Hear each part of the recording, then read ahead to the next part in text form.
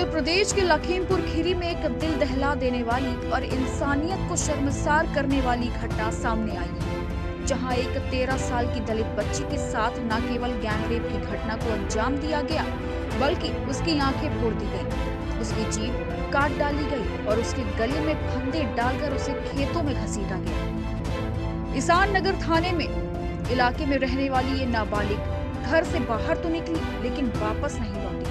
परिवार वालों ने काफी देर तक घर नहीं पहुंचने पर बच्ची की तलाश शुरू की। बाद में पुलिस को भी बच्ची के गायब होने की खबर दी। आखिरकार गन्ने के एक खेत से बच्ची का शव बरामद हुआ। पुलिस ने घटनास्थल से शव को कब्जे में लिया और पोस्टमार्टम के लिए भेज दिया। रिपोर्ट में गैंगरेप की पुष्टि हुई, जिसके बाद पुलिस ने 2 लोगों को हत्या के आरोप में गिरफ्तार किया है। लखीमपुर खीरी जिले में ईसान नगर थाना क्षेत्र के पकरिया गांव की रहने वाली 13 साल की मासूम बच्ची अपने घर से शौच के लिए खेत गई थी। तभी गांव के ही रहने वाले 2 युवकों ने नाबालिग बच्ची के साथ रेप किया और उसकी हत्या कर दी। मौत से पहले बच्ची को असहनीय पीड़ा दी गई, उसकी आंखें फोड़ी गई, उसकी जुबान काट दी गई और उसके गले में फंदा डालकर उसे घसीटा गया। बाद में आरोपी शव को गन्ने के खेत में फेंककर घटना स्थल से फरार हो गई।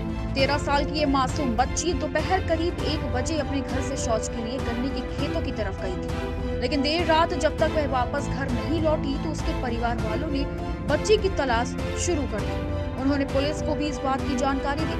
परिजन पुलिस की टीम के साथ बच्ची की तलाश करने खेत की ओर बढ़े, तभी गन्ने के खेत में मासूम बच्ची का शव बरामद हुआ। परिजनों ने गांव के ही रहने वाले संतोष यादव और संजय गौतम पर बच्ची के साथ रेप और हत्या का आरोप लगाया है।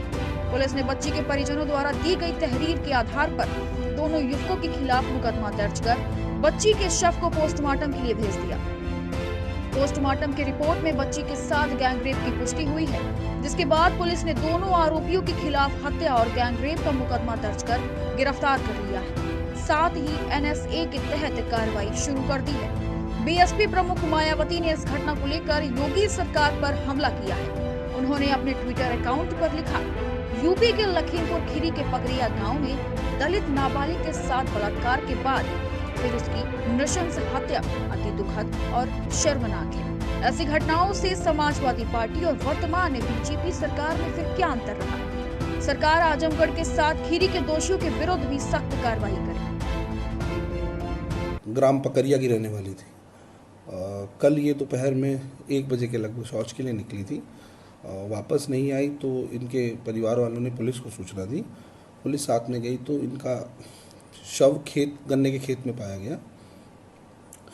इसमें पुलिस ने घर वालों की तहरीर के आधार पर धारा 301, 201 IPC के तहत मुकदमा दर्ज कर लिया है। इसमें 2 अभियुक्तों संतोष यादव पुत्र मदन लाल, संजय गौतम पुत्र राम जीवन, दोनों गांव पकरिया के ही रहने वाले हैं। दोनों को अरेस्ट कर लिया गया है। देश व प्रदेश की बड़ी खबरें देखने के लिए सब्सक्राइब करें DSR भारत न्यूज और हाँ, लेटेस्ट अपडेट के लिए बेल आइकन दबाना बिल्कुल ना भूलें।